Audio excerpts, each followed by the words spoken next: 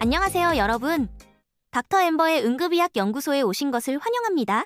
저는 오늘도 여러분과 함께 응급의학의 여러 내용들을 나눌 준비가 된 닥터 엠버입니다. 오늘 준비한 내용은 우리가 실제 현장에서 많이 사용하는 기계에 대한 리뷰인데요. 최근 제가 받은 질문 중에 이런 게 있었어요. 엠버 선생님, 저는 수련 받을 때부터 하이플로우를 쓰긴 했지만 사실 이 기계가 정확히 어떤 역할을 하는지, 적응증이 어떻게 되는지 잘 모르고 써왔어요. 혹시 이 내용에 대해서 다뤄주실 수 있나요? 그러므로 오늘은 요즘 응급실에서 정말 많이 쓰이고 있는 호흡 보조 장비에 대해 이야기해 보려고 합니다. 바로 하이플로우라고 불리는 하이플로우 나잘 캐뉼라입니다. 하이플로우의 특징과 장점. 그럼 먼저 하이플로우가 뭔지, 그리고 이게 전통적인 나잘 캐뉼라와는 어떻게 다른지부터 알아볼게요. 우리가 전통적으로 산소 공급을 위해 사용해온 나잘 캐뉼라는 사실 환자의 호흡 곤란을 실질적으로 도와주거나 해소시켜주는 장치는 아닙니다. 단지 환자에게 공급되는 공기 중 산소 농도를 높여주는 장치죠. 공급할 수 있는 플로우 레이트도 실질적으로 한 자릿수 리터에 불과합니다. 하지만 호흡 곤란이 있는 환자들의 인스피러토리 플로우 레이트는 이에 비하면 엄청나게 높아요. 건강한 정상인의 플로우 레이트가 분당 20에서 30리터 정도이고 호흡 곤란 환자들은 디맨드가 훨씬 높아 40, 50, 심지어 100리터 이상까지 올라갑니다. 그러면 뭐가 문제일까요? 나잘 캐뉼라로 나오는 산소는 6리터인데 환자가 60m 이상의 속도로 숨을 쉬고 있으면 부족한 공기만큼은 룸에어에서 끌어들이게 되겠죠. 그러면 우리가 환자에게 제공하고자 하는 산소 농도에 도달하지 못하고 호흡곤란 해소에도 도움이 되지 않게 됩니다. 그럼 하이플로우는 이런 상황에서 어떻게 도움이 될까요? 이런 상황에서 하이플로우는 최대 60에서 70리터의 플로우 레이트를 제공할 수 있어 환자의 인스퍼러토리 디맨드를 충족시켜줄 수 있습니다. 또한 의료진이 직접 하이플로우를 통해 배출되는 FiO2를 직접 설정하여 의료진이 원하는 산소 농도를 좀 더 정확하게 환자에게 전달할 수 있어요. 이것뿐만이 아닙니다. 하이플로우의 장점은 크게 4가지로 정리할 수 있어요. 첫째는 앞에서 말씀드린 대로 환자의 인스퍼러토리 디맨드에 맞춰서 고유량의 산소를 정확하게 전달한다는 점입니다.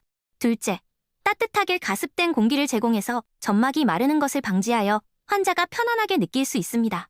기존 산소 공급 장치를 통한 산소 공급은 유량이 높아질수록 습도가 불충분하여 환자가 불편함을 느끼고 점막을 건조하게 만들게 됩니다. 또한 온도와 습도가 낮은 공기는 브론코 컨스트릭션을 유발하여 기도의 폐쇄 위험성을 증가시켜요. 하이플로우는 따뜻하고 높은 습도의 공기를 제공하여 환자의 불편감을 개선하고 점막을 통한 뮤코실리어리 클리어런스를 향상시켜 아텔렉타시스의 발생 가능성을 낮춰줍니다. 셋째, 나소파링스를 비롯한 기도를 워시아웃해서 아나토미컬 데드 스페이스를 줄여줍니다. 이를 통해 CO2의 재호흡이 줄어들고 환자의 워크 오브 브리딩 또한 줄여줍니다. 넷째, 많은 분들이 궁금해하시는 핍인데요. 논문에 따르면 플로우 10리터마다 0.7에서 1 정도의 핍이 생성된다고 합니다. 최대 유량으로 따지면 대략 5에서 7 정도의 핍을 제공할 수 있겠습니다. 이걸 보면 하이플로우는 단순히 나잘 캐뉼라의 상위 호환이라기보다는 바이펙 같은 NIV와 동일 선상에 있는 치료라고 할 수 있겠습니다. 지금까지는 하이플로우의 생리학적 메커니즘과 장점들에 대해서 알아보았습니다. 그럼 이제 가장 중요한 질문이죠. 언제 하이플로우를 써야 하나요? 이에 대해 이야기해보겠습니다. 하이플로우의 인디케이션. 인디케이션은 크게 3가지 정도로 나눌 수 있겠는데요. 제일 주요한 인디케이션은 역시 하이폭세믹 레스피레토리 페일리어입니다. 여러 연구 결과에서 폐렴이나 폐부종, 폐타박상, 코비드 등에서 하이플로우 사용이 환자의 편의를 증진하고 기계환기, 사망률 등을 낮출 수 있다는 게 밝혀졌습니다. 이외에도 마일드 COPD 악화나 초기 ARDS에서도 하이플로우 사용을 고려해 볼 수 있습니다. 또 다른 인디케이션으로는 인투베이션 시 프리옥시제네이션 단계에서 사용이 있겠습니다. 인투베이션 시 세이프 앰니아 타임을 확보하기 위해서 프리옥시제네이션 단계 및 인투베이션 진행 단계에서 하이플로우를 유지하는 것인데요. 실제 연구 결과에서는 하이플로우 사용 시 인투베이션 도중 발생한 하이폭시아를 비롯한 각종 애드버스 이벤트가 줄었다고 나타났습니다.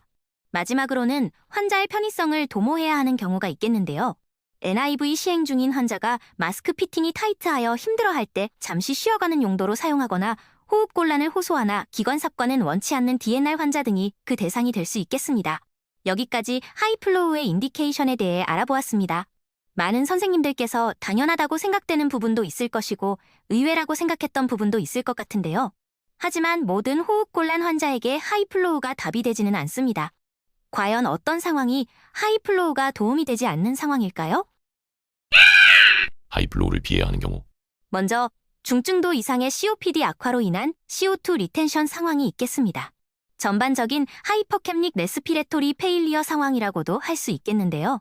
앞에서 살펴본 바와 같이 하이플로우는 데드 스페이스를 워시아웃 시켜주는 기능도 있지만 심한 COPD 환자에서는 그것만으로는 CO2를 충분히 배출시키기에 부족합니다. 이런 상황에서는 바이펩을 비롯한 NIV가 환자의 상태를 개선시키는 데 도움이 되는 것으로 알려져 있습니다. 다음으로는 높은 핍이 필요한 상황이 있겠는데요. 예를 들면 심한 아텔렉타시스나 폐렴, 폐부종 등이 그 예가 될 수 있겠습니다. 이런 질환에서는 하이플로우로 제공할 수 있는 핍으로는 불충분하여 NIV나 인투베이션 등의 처치가 필요하겠습니다. 마지막으로는 불안정한 상태의 호흡 부전입니다. 환자의 아지테이션이 심하거나 GCS가 저하되는 등 환자의 레스피레토리 패티그가 임박한 상태에서는 하이플로우를 사용하기보다는 인투베이션을 적극적으로 고려해야 할 것입니다. 물론 인투베이션을 위한 브릿지 테라피 및 프리옥시제네이션을 위해 하이플로우를 먼저 시도하는 것은 고려할 수 있는 치료 방법이 될 수 있겠습니다. 하이플로우의 세팅법. 그럼 과연 실제 상황에서 하이플로우의 세팅값은 어떻게 결정해야 할까요? 많은 선생님들이 실제 임상 현장에서 하이플로우를 사용해 보셨다면 다들 나름의 세팅법이 있으실 텐데요. 정답이 있는 것은 아니기 때문에 일반적인 원칙에 대해서만 말씀드려 보겠습니다. 먼저 하이플로우를 사용할 때 우리가 설정해야 하는 값은 총 3가지인데요. 공기의 온도, 플로우 레이트, FiO2가 바로 그것입니다. 먼저 공기의 온도는 대략 환자의 체온과 비슷하거나 그보다 조금 낮게 맞추면 되겠으며 이후 환자의 요구에 따라 조절하면 되겠습니다. 플로우 레이트 같은 경우에는 환자의 상황에 따라 조금 다를 수는 있지만 30에서 40리터로 시작해 볼 수 있겠습니다. 시작한 후에 환자의 호흡 양상의 변화나 호소하는 증상의 추세에 따라 높이고 낮추면 되겠습니다. FiO2의 경우에는 환자의 SpO2나 ABG를 통한 PaO2를 통해 선생님이 타겟팅하는 산소 수치에 맞춰서 조절하면 되겠습니다. 물론 하이플로우를 사용함에도 호흡 부전이 개선되지 않거나 악화되는 추세일 경우에는 즉각적 기도삽관을 적극적으로 고려해야 합니다. 테이크홈 포인트. 그럼 마무리로 오늘의 내용을 정리하는 테이크홈 포인트 시간입니다. 첫째, 하이플로우는 공기를 정확한 산소 농도로 고유량으로 환자에게 공급할 수 있다는 점에서 기존의 산소 공급 장치와는 차별됩니다. 둘째, 하이플로우는 하이폭세믹 레스피레토리 페일리어 환자에게 도움이 되며 이외에 인투베이션 전 처치, DNR 환자 등에서 사용해 볼 수 있습니다. 셋째, CO2 리텐션이 심한 환자들이나 높은 핍이 필요한 환자에게는 하이플로우가 도움이 되지 않을 수 있습니다. 닥터 엠버의 응급의학 연구소, 오늘 내용은 여기까지입니다. 오늘 하이플로우에 대해 정말 많은 이야기를 나눴네요. 유익한 시간이 되셨을까요? 하지만 여러분, 하이플로우는 강력한 도구지만 만능은 아니라는 걸 기억하셨으면 좋겠습니다. 오늘도 근무 중이신 모든 응급실 동료분들의 안전하고 성공적인 진료를 응원합니다. 지금까지 들어주셔서 감사합니다. 다음에 또 뵙겠습니다.